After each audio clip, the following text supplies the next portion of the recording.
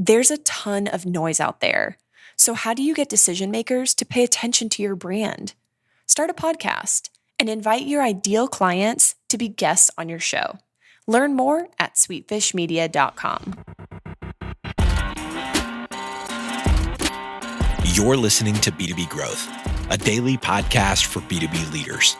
We've interviewed names you've probably heard before, like Gary Vaynerchuk and Simon Sinek, but you've probably never heard from the majority of our guests. That's because the bulk of our interviews aren't with professional speakers and authors. Most of our guests are in the trenches leading sales and marketing teams. They're implementing strategy. They're experimenting with tactics. They're building the fastest growing B2B companies in the world. My name is James Carberry. I'm the founder of Sweetfish Media, a podcast agency for B2B brands, and I'm also one of the co-hosts of this show. When we're not interviewing sales and marketing leaders, you'll hear stories from behind the scenes of our own business. We'll share the ups and downs of our journey as we attempt to take over the world. Just kidding. Well, maybe. Let's get into the show.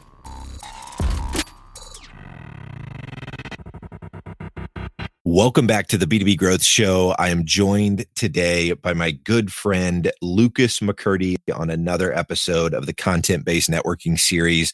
Lucas, how you doing, my man? Great, James. Excited to be on. Thanks, my friend. I am so pumped to chat with you. It's funny. We're actually meeting up in a couple hours to grab lunch, but I thought, man, we need to record this before we meet up because you have actually seen an enormous amount of benefit from implementing content-based networking. You are the SVP of Business Relations at a company called Coastal Reconstruction Group, so a construction firm, and you guys do a lot of when hurricanes hit, like when damage happens, you do that. But then give us some context for some of the other type of work that you do, just so listeners kind of understand where you're coming from.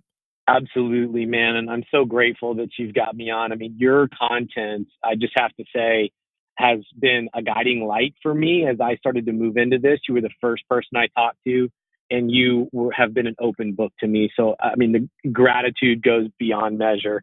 So with that said, our company is a family-owned company. We are a construction company that our primary vertical is senior living, seniors housing, so senior communities. And we do projects between $250,000 and $5 million. We do repositions, renovations, and reconstruction in that space. So it's very niche. It's a very particular set of parameters, and we're tailor-made for it. And it's been a great industry for us to be in. That just really fits with our heart as a company. Yeah, and the thing that I noticed first, I think we've known each other now for maybe a year or so, and the thing I noticed first about you was your passion for that industry. One, I love that you guys have chosen the path of niching down. I think most construction companies, from what I can tell, kind of have a very wide focus. Yeah, they do stuff for senior living, but they also do stuff in 27 other industries. Where you guys have really said, no, this is our industry. This is who we're choosing to serve. And you yourself are truly passionate about the people in that industry and the industry itself. And I think out of that natural passion, an overflow of that natural passion came to what you guys are doing now with content-based networking. So walk us through a little bit of the story of how you guys got to bridge the gap. And then I want to talk to some of the benefits that you've seen since starting really that media brand. Absolutely. Well, so you're right. I found my passion in senior living, basically coming off of years of being a less than mediocre salesperson, because I just wasn't enjoying what I was doing in other commercial real estate environments.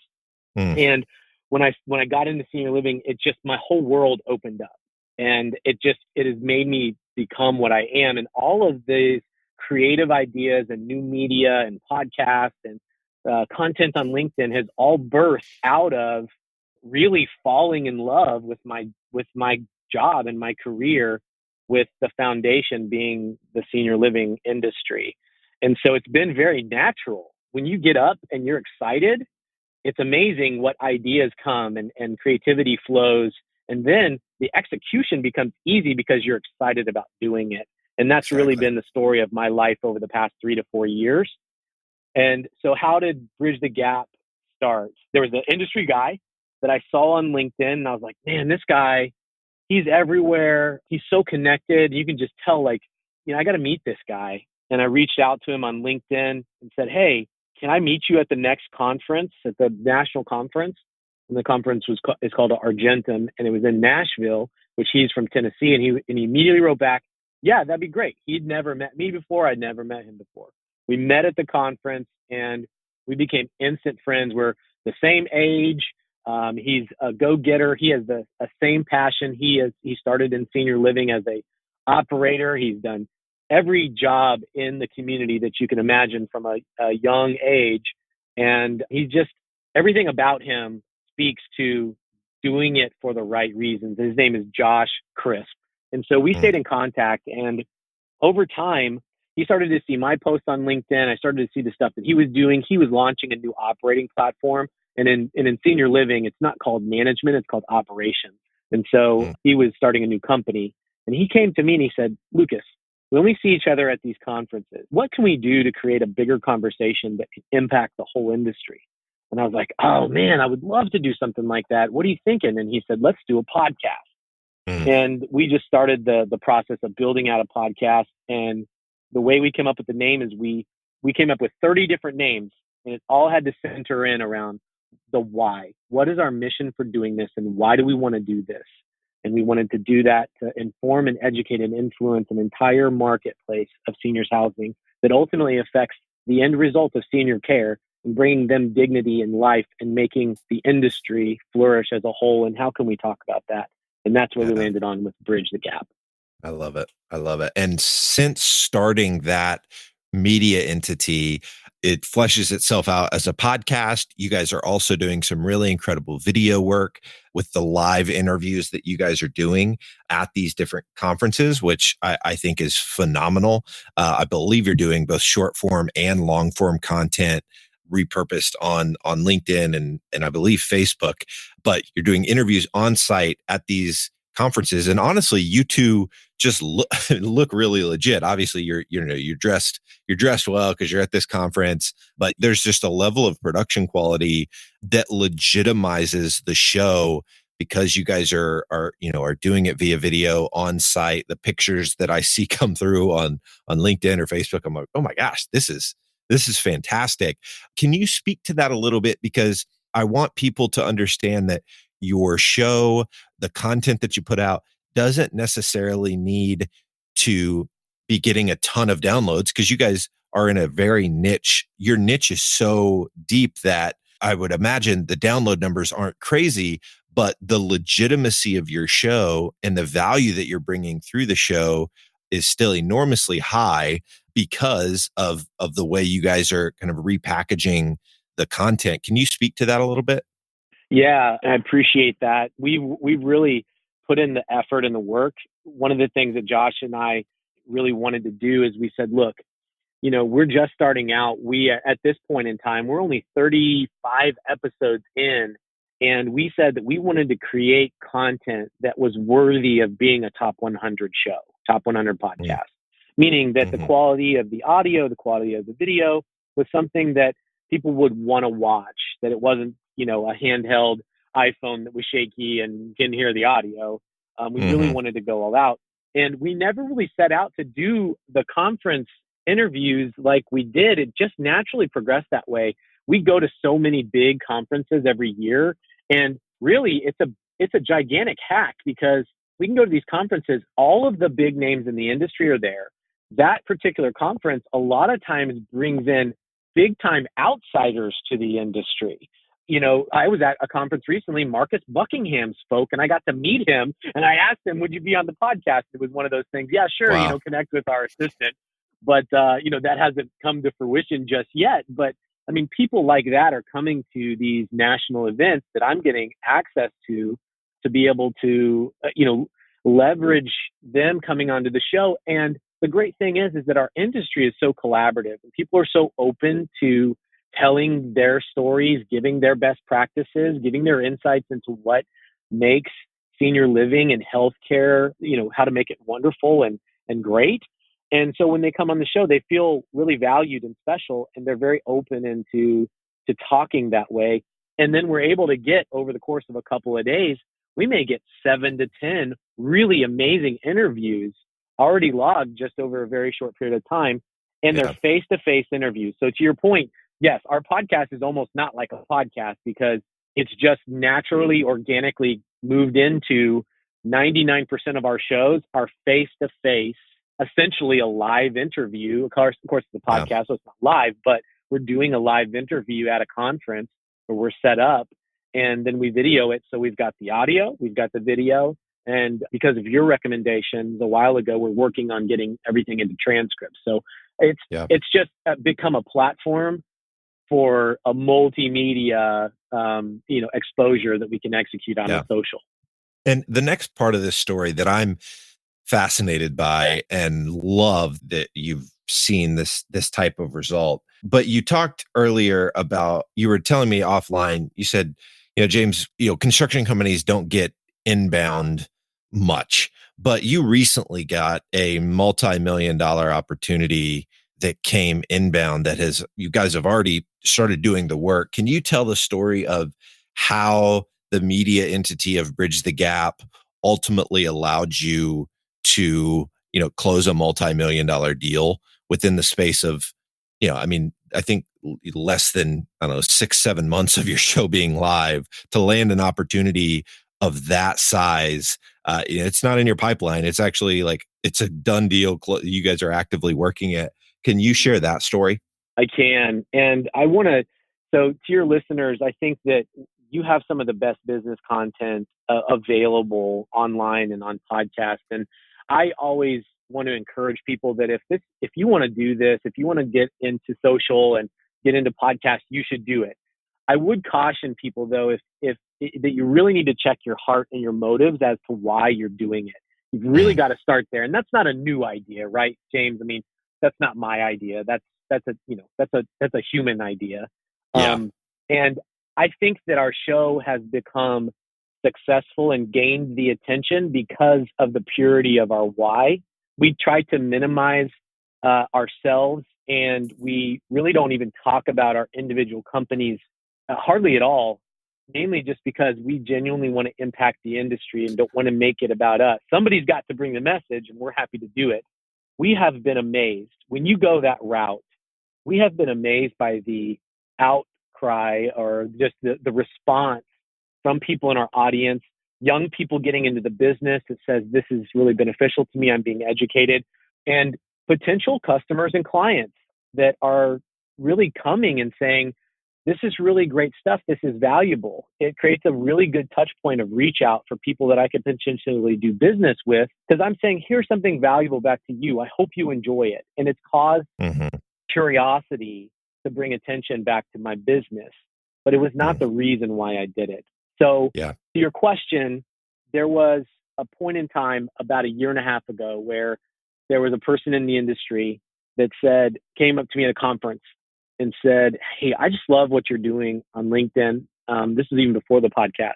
I really want to figure out how we can work together, just because I can sense your attitude through your content. I already feel like I know who you are, and you're somebody that I would want to do work with. And I was like, wow, that's amazing. That was like one of the first big examples of that. And we stayed in contact over time. Well, then the podcast launched, and he was one of the first person I went back to just say, like, what do you think about this? And he was so supportive of me. And it was a really good way for me to develop and continue that relationship with this individual, is that I had consistent content that was put out over time that he was staying connected to. I think that you're a pioneer in this, James. So I think obviously this would resonate with you. So the hurricanes hit in North Carolina, and he's involved in this from an insurance perspective. And his largest account had a major exposure to this. And he naturally, because of our relationship that had been built over LinkedIn and over content-based collaboration over the podcast, he said, Lucas, we need you. We need you in this. And we were introduced just before the storm. A relationship was formed very, very quickly. And unfortunately, they received quite a bit of catastrophic damage from that hurricane. And we are in the process of rebuilding their communities to get their seniors back in. And so from a roundabout way that was never really intended, that was an inbound, prospect client that's turned into, millions and millions of dollars of work. And you guys actually beat out a very large competitor in the process, really because you had the trust, you were able to piggyback off of the trust of your contact who had been seeing your content on LinkedIn. You had nurtured that relationship through the content from Bridge the Gap, your show and the videos and stuff that you're putting out. And because of that trust, it really puts you ahead of a very large competitor. Is that right? Absolutely. And the construction industry of it in and of itself, and every industry has its kind of, snakes in the grass. Construction is riddled with it, and particularly restoration.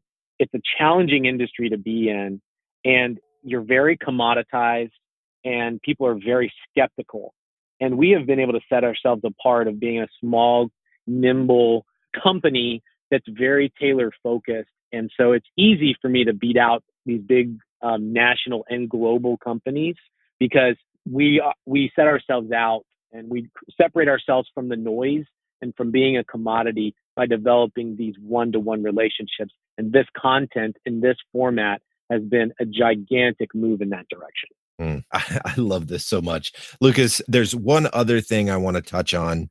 And it's, you guys recently did an in-person event. It was independent of a conference. You guys hosted a dinner.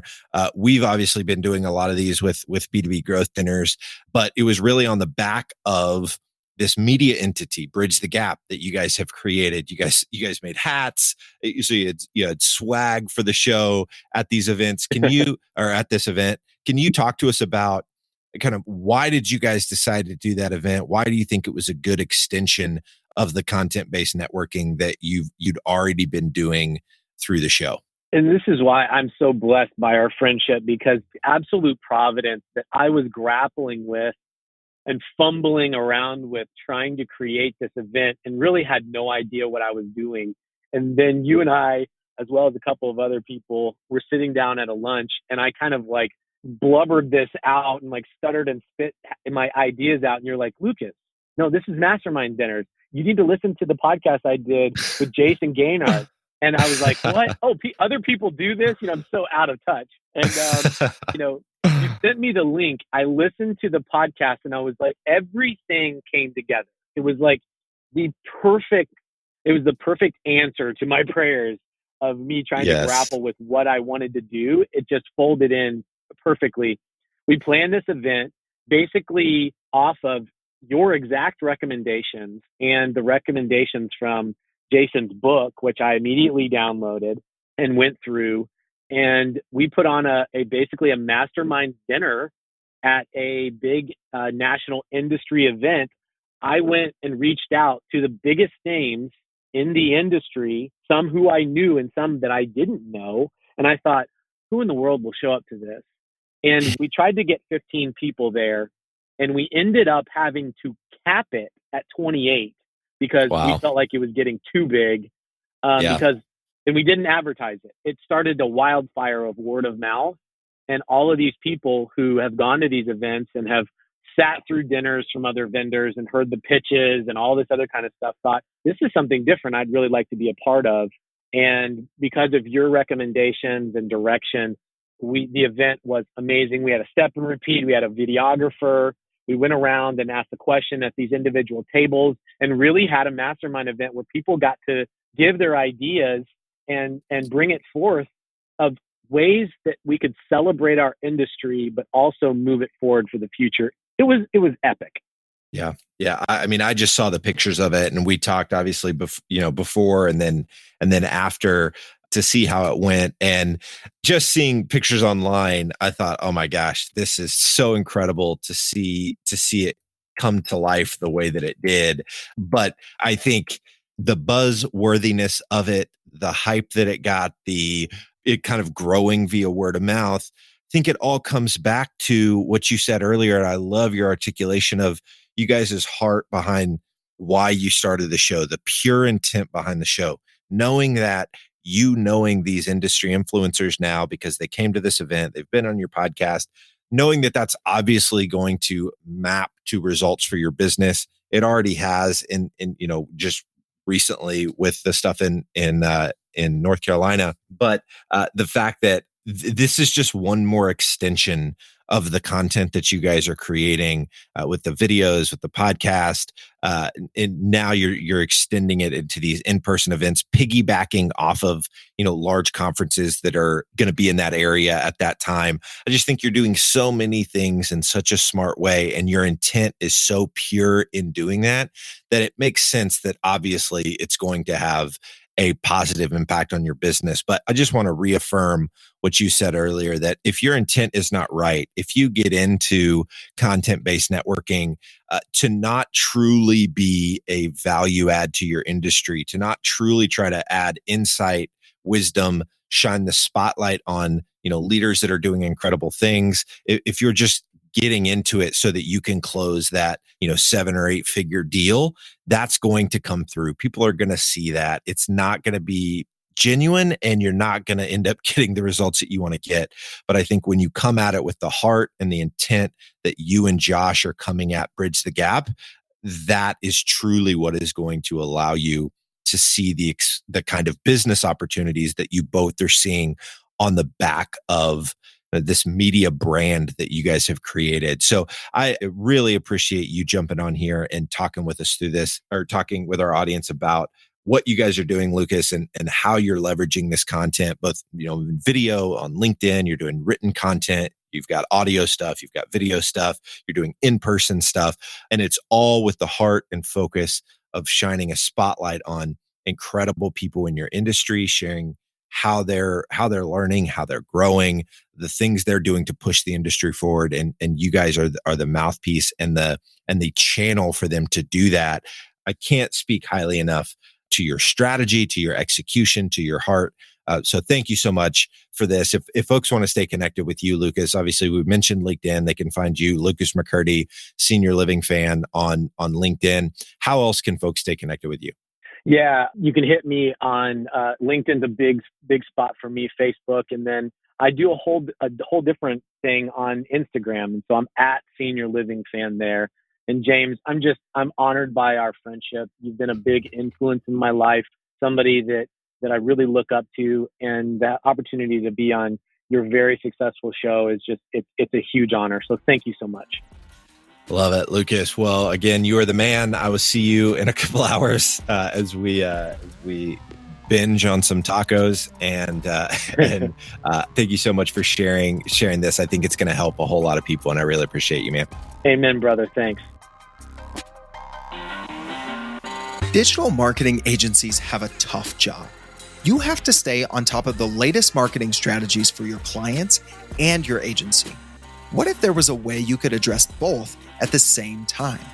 Imagine your agency putting out content with greater quality and quantity. Envision bringing your clients a turnkey solution for one of B2B marketing's fastest growing media strategies, podcasting. You know, all those clients asking for your help with their account-based marketing efforts? Picture being the first to bring them the idea of content-based networking, showing them the proven strategy for breaking into their most coveted accounts. Here's the concept. Sweetfish Media is looking to work with a limited number of innovative agencies interested in a new partnership model. We produce a podcast for your agency. You introduce the power of podcasting and Sweetfish services to your clients. Everybody wins. Learn more at sweetfishpartners.com.